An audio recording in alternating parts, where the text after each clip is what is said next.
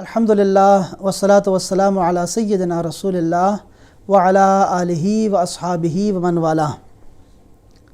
مشہور نعت مولایا صلی وسلم دائماً ابدا کے لکھنے والے امام شرف الدین بصیری رضی اللہ تعالی عنہ ایک مشہور نعت خوان تھے، شاعر تھے، اور یہ مصر کے شہر اسکندریہ میں رہتے ہیں۔ ان کا مزار پاک وہاں پہ ہے، اور ان کو فالج ہو گیا تھا۔ 14 سال تقریباً وہ فالج زدہ رہے۔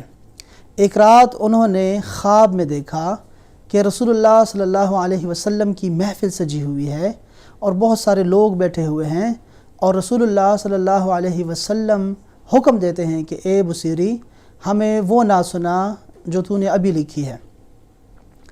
آپ نے ایک نعت شروع کی تھی، ایک قصیدہ شروع کیا تھا رسول اللہ صلی اللہ علیہ وسلم کی شان میں، اور 165 کے قریب اشعار لکھے تھے اس کے۔ آپ نے وہ قصیدہ پڑھنا شروع کیا جو آج کل مشہور ہے مولایا صلی وسلم دائماً ابدا کے نام سے۔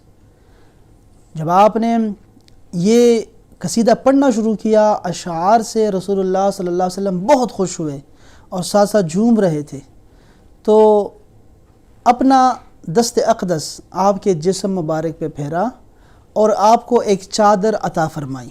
امام بصیری کو چادر عطا فرمائی رسول اللہ صلی اللہ علیہ وسلم نے خواب میں۔ یہ خواب دیکھ کے جب صبح حضرت امام بصیری رضی اللہ تعالیٰ عنہ اٹھے ہیں تو دیکھا کہ آپ کا فالج ختم ہو گیا ہے۔ آپ بہت خوش ہوئے، اور اگلے دن جب آپ بازار نکلے ہیں، باہر نکلے ہیں، تو راستے میں ایک مجذوب درویش آپ کے سامنے آیا اور اس نے عرض کیا کہ حضرت ہمیں بھی وہ نعت سنائیے نا۔ آپ نے فرمایا کون سی نعت؟ تو اس درویش نے کہا کہ وہی نعت جو کہ امن تذکری جیران بزی سلمی سے شروع ہوتی ہے۔ تو آپ نے کہا تمہیں یہ کیسے پتہ لگا؟ یہ نعت تو میں نے کسی کو سنائی ہی نہیں۔ تو اس درویش نے کہا کہ میں بھی رات وہیں موجود تھا جہاں آپ نے یہ نعت رسول اللہ صلی اللہ علیہ وسلم کو سنائی تھی۔ تو اس قصیدے کا نام مشہور ہوا قصیدہ بردہ۔ بردہ کا مطلب ہوتا ہے چادر۔ تو یہ چادر جو ہے رسول اللہ صلی اللہ علیہ وسلم نے خواب میں عطا کی، آپ کے پاس وہ چادر بھی تھی، اور آپ کا جسم بھی جو ہے وہ فالج سے نکل آیا تھا، بیماری سے نکل آیا تھا۔ آپ کی یہ جو قصیدہ بردہ شریف ہے یہ اتنا مشہور ہے کہ بادشاہوں نے بھی اس کو وہ پڑھتے تھے، دربار میں باقاعدہ پڑھتے بھی تھے، بلکہ سونے کے پانی سے اس کو لکھوایا بھی تھا قصیدہ بردہ شریف۔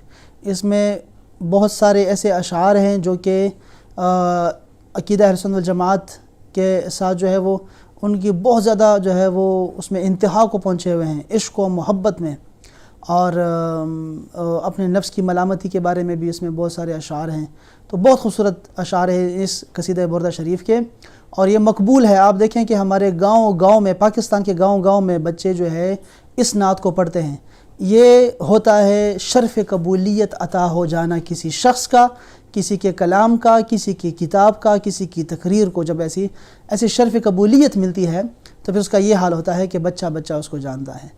وصلی اللہ علی سیدنا و مولانا محمد وعلی آلہ و اصحابہ اجمعین برحمتک یا ارحم الراحمین۔